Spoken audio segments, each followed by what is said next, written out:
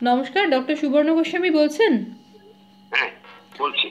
তিলোত্তমার ডিএনএ পরীক্ষার যে রিপোর্ট, সে রিপোর্টে বা ডিএনএ প্রোফাইলের যে রিপোর্ট, সেখানে একাধিক অসঙ্গতি দেখা দিয়েছে এবং সেখানে শুধুমাত্র সঞ্জয় রায় নয়, তাছাড়াও একাধিক পুরুষ এবং মহিলার ডিএনএর উপস্থিতি লক্ষ্য করা যাচ্ছে, মিশ্র ডিএনএর উপস্থিতি লক্ষ্য করা যাচ্ছে। তো স্বভাবতই এই বিষয়টিকে ঘিরে বিভিন্নভাবে প্রশ্ন উঠছে যে এটা কিভাবে সম্ভব, কি বলবেন আপনি? দেখুন, আমরা প্রথম থেকেই বলে আসছি যে আমাদের সন্দেহ এটা দলবদ্ধ ধর্ষণ এবং খুনের ঘটনা, পরিকল্পিত দলবদ্ধ ধর্ষণ এবং খুনের ঘটনা।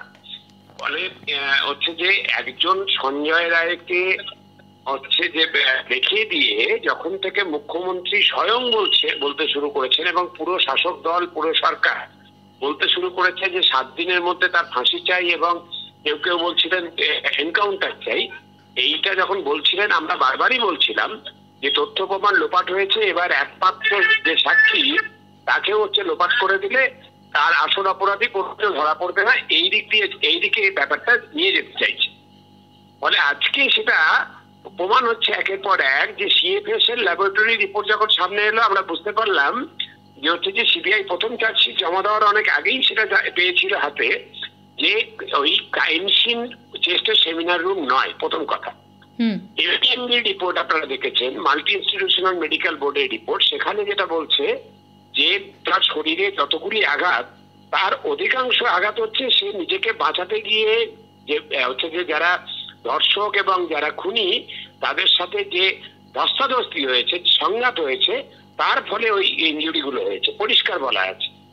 ফলে সেখানেও কিন্তু একাধিক হচ্ছে যে মানে প্রথম কথা ধস্তাধস্তি ইত্যাদি বিষয়, অথচ ওই চেস্টের সেমিনার রুমটি ঠিক ড্রয়িং রুমের মতো সাজানো, সেখানে ধস্তাধস্তির কোনো চিহ্ন নেই। আসবাবপত্র সমস্ত যে যেখানে ছিল সেখানেই এক চুল নড়েনি। মিটার ম্যাট্রেসের উপরে যে মৃতদেহ ছিল তার পাশে কোথাও কোনো ব্লাড স্টেন নেই, কোনো রকম বডি টিস্যু নেই। এমনকি মিতার শরীরের পাশে তার ল্যাপটপটি দেখা বন্ধ হয়েছে, তার উপরে তার নোটবুক, তার উপরে তার মোবাইল পরিপাটি করে সাজিয়ে রাখা, তার জুতো জোড়াও হচ্ছে সাজিয়ে রাখা, যেন দেখে মনে হবে যেন তিনি নিজেই খুলে হচ্ছে যে ওখানে শুয়ে পড়েছেন। ফলে হচ্ছে যে সিএফএস এর ল্যাবরেটরি থেকে মানুষ বুঝতে পারলো, সিএফএস এর ল্যাবের রিপোর্ট দেখে, যে এটা ক্রাইম সিন নয়। দ্বিতীয় যেটা হচ্ছে যে এখন ডিএনএ রিপোর্টে দেখা যাচ্ছে যে একাধিক ব্যক্তির ডিএনএ সেখানে রয়েছে, পুরুষ মহিলা নানা রকম। ফলে একটা পরিষ্কার বোঝা যাচ্ছে যে শাক দিয়ে মাছ ঢাকার একটা চেষ্টা হয়েছিল, তথ্য প্রমাণ লোপাটের একটা চেষ্টা হচ্ছে যে প্রবল চেষ্টা, এবং পুরো সরকার, পুরো প্রশাসন নেমে পড়েছিল তথ্য প্রমাণ লোপাট করে হচ্ছে যে আসল অপরাধীদেরকে বাঁচাতে। সেটা এখন স্পষ্ট হয়ে গেছে। কিন্তু পাশাপাশি স্যার একটা প্রশ্ন উঠছে যে ল্যাবে এই স্যাম্পলসগুলো পাঠানো হয়েছিল, সেখানে একটা তারা বলেছেন যে ডিএনএ কন্টামিনেটেড হয়েছে, হাইলি কন্টামিনেটেড হয়েছে। এই কন্টামিনেশন, হ্যাঁ, এই কন্টামিনেশন নিয়েই প্রশ্ন। মানে এরকম একটা খুন বা ধর্ষণ, এবং যেখানে প্রত্যেকের নজর এইরকম একটা হাইলি সেনসিটিভ কেস, প্রথম কথা হচ্ছে এবং যে সিএফএস তারা কিন্তু এমনি ধরুন আপনার রোগীর রক্ত পরীক্ষা এইসব করে না, কিন্তু তারা কিন্তু এই কেসই এই টেস্টই করে। ফলে সেখানে কন্টামিনেশন হওয়াটা খুব আনলাইকলি, মানে অসম্ভব একরকম বলা যায়। এবং কন্টামিনেশন যদি হয়ও সেটা আবার দু রকমের হতে পারে, ইন্টেনশনাল হচ্ছে আনইনটেনশনাল, ভুল হয়ে গেল, এটা এইরকম স্পেশালাইজ ল্যাবের ক্ষেত্রে হওয়াটা অসম্ভব। পরে একমাত্র কন্টামিনেশন হলে সেটা হচ্ছে ইন্টেনশনালি করা হয়েছে, যাতে আসল অপরাধীদের ধরা না যায়, সেই জন্যই। আর তা না হলে হচ্ছে যে আর কোনো ব্যাখ্যা এর মধ্যে নেই। কন্টামিনেশনের হচ্ছে ব্যাখ্যা তো এখন পাওয়াই গেল যে একমাত্র সাসপেক্ট তার হচ্ছে যে মানে পুলিশের চোখে এবং সিবিআই এর চোখে, সে বাদেও আরো একাধিক পুরুষ এবং মহিলার ডিএনএ যেখানে পাওয়া যাচ্ছে, ফলে সেই জন্যই কন্টামিনেশন বলা হয়। স্যার পাশাপাশি আর একটা যেটা খুব গুরুত্বপূর্ণ বিষয়, সেটি হচ্ছে যে সঞ্জয় রায়, এই সঞ্জয় রায়কে বারবারই সন্দেহভাজনের তালিকাতে রাখা হয়েছে, কিন্তু তার পাশাপাশি পুরো ঘটনার নেপথ্যে আপনারা একাধিকবার বলেছেন যে একাধিক ব্যক্তি যুক্ত থাকতে পারে।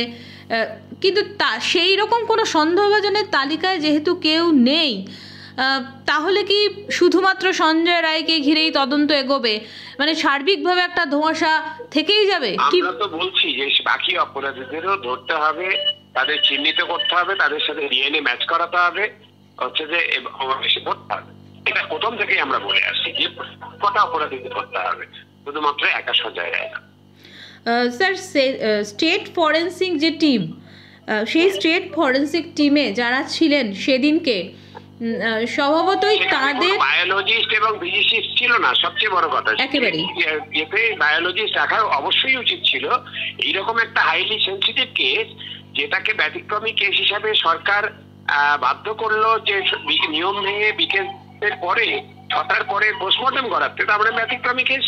তার চিফ যখন স্পেসিমেন নিতে যাচ্ছে পরের দিন, তখন হচ্ছে কেন হচ্ছে সেখানে বায়োলজিস্ট থাকবে না, কেন ফিজিসিস্ট থাকবে না?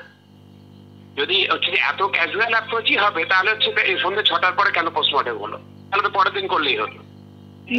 একেবারেই। স্যার, তাহলে আজকের দিনে যে সমস্ত তথ্যগুলো উঠে এলো নতুন করে, সিএফ সেন্ট্রাল ফরেন্সিক ল্যাবের রিপোর্ট, ডিএনএর যে প্রোফাইল, এই সমস্ত বিষয়গুলো সিবিআই এর কাছে তদন্তে নতুন করে কি কিছু আশার আলো দেখাতে পারে? কি মনে হয় আপনার? সিবিআই এর কাছে নতুন আলো হচ্ছে দেখতে চাইলে তবে না আলো দেখাবে কেউ। চিএফএসএল ল্যাবের রিপোর্ট তো এসেছিল চার্জশিট দেবার আগে, সিবিআই চার্জশিট দেবার আগে। ফলে হচ্ছে যে সিবিআই দেখতে পায়নি তা তো নয়, কিন্তু সিবিআই এর চোখ যদি বন্ধ করে, গোপন আতাত, রাজ্য শাসকের সাথে কেন্দ্রের শাসকের গোপন আতাত, রাজনৈতিক বোঝাপড়া রাজ্য সরকারের সাথে কেন্দ্র সরকারের, ফলে হচ্ছে যে রাজ্য সরকারের তদন্তের নামে যে নাটকটা করেছিল, সেটাকে শিলমোহর দিতেই সিবিআই কে ডাকার পরিকল্পনা হয়েছিল। এই হচ্ছে। স্যার, তাহলে আজকের দিনে যে বিষয়টা দাঁড়াচ্ছে সেটা হচ্ছে সেন্ট্রাল স্টেট ফরেন্সিক যে টিম, এবং তাদের সঙ্গে তাহলে এরকম দাঁড়াচ্ছে যে পেরে উঠছে না সেন্ট্রাল ফরেন্সিক টিম। আপনি কি বলবেন? পেরে উঠছে না ব্যাপার না, ব্যাপারটা হচ্ছে যে এই যে রাজ্যের শাসক এবং পুরো প্রশাসন, পুলিশ, কলকাতা পুলিশকে কিভাবে ব্যবহার করা হয়েছে তথ্য প্রমাণ লোপাটের কাজে, তারা হচ্ছে যে তারাও হচ্ছে যে অপরাধীদের সাহায্য করেছে কিরকম, সেইটা স্পষ্ট হয়ে যাচ্ছে। এবং কেন্দ্রের সরকার তারা এই রাজ্য সরকারের হচ্ছে যে এই অপরাধী বান্ধার যে চেহারা, সেটাতে শিলমোহর দিচ্ছে, এইটাই পরিষ্কার হচ্ছে। আমরা আইনের প্রাঙ্গণে আমরা এই বাকি লড়াই বুঝে নেব। হাইকোর্ট এই যে মামলাটি, যেটি অভয়ের বাবা মা করেছিলেন, যে সিবিআই এর পুরো যে তদন্ত, সেখানে তারা যথেষ্ট অনাস্থা প্রকাশ করেছিলেন, কিন্তু হাইকোর্ট এই মামলাটি এখনো পর্যন্ত গ্রহণ করতে পারেনি, যেহেতু এই বিষয়টা পুরো সুপ্রিম কোর্টে এটার মনিটরিং চলছে, সেই কারণে। তো আগামী দিনে আপনারা কি পরবর্তী পদক্ষেপ নিতে পারেন বা নিচ্ছেন? আমরা সুপ্রিম কোর্টের কাছেও অ্যাপিল করতে পারি, আমাদের আইনজীবীদের সঙ্গে আমাদের আলাপ আলোচনা চলছে, আমরা সুপ্রিম কোর্টেও অ্যাপিল করতে পারি। দেখা যাক সেটা, আমরা হয়তো খুব তাড়াতাড়ি হচ্ছে যে আরো কোনো আইনি পদক্ষেপ করব, আরো বড় আইনি পদক্ষেপ করব। এটা সিঙ্গেল বেঞ্চ দিয়েছে, আমরা ডিভিশন বেঞ্চের কাছে যেতে পারি, আমরা সুপ্রিম কোর্টের কাছে যেতে পারি। ধন্যবাদ স্যার।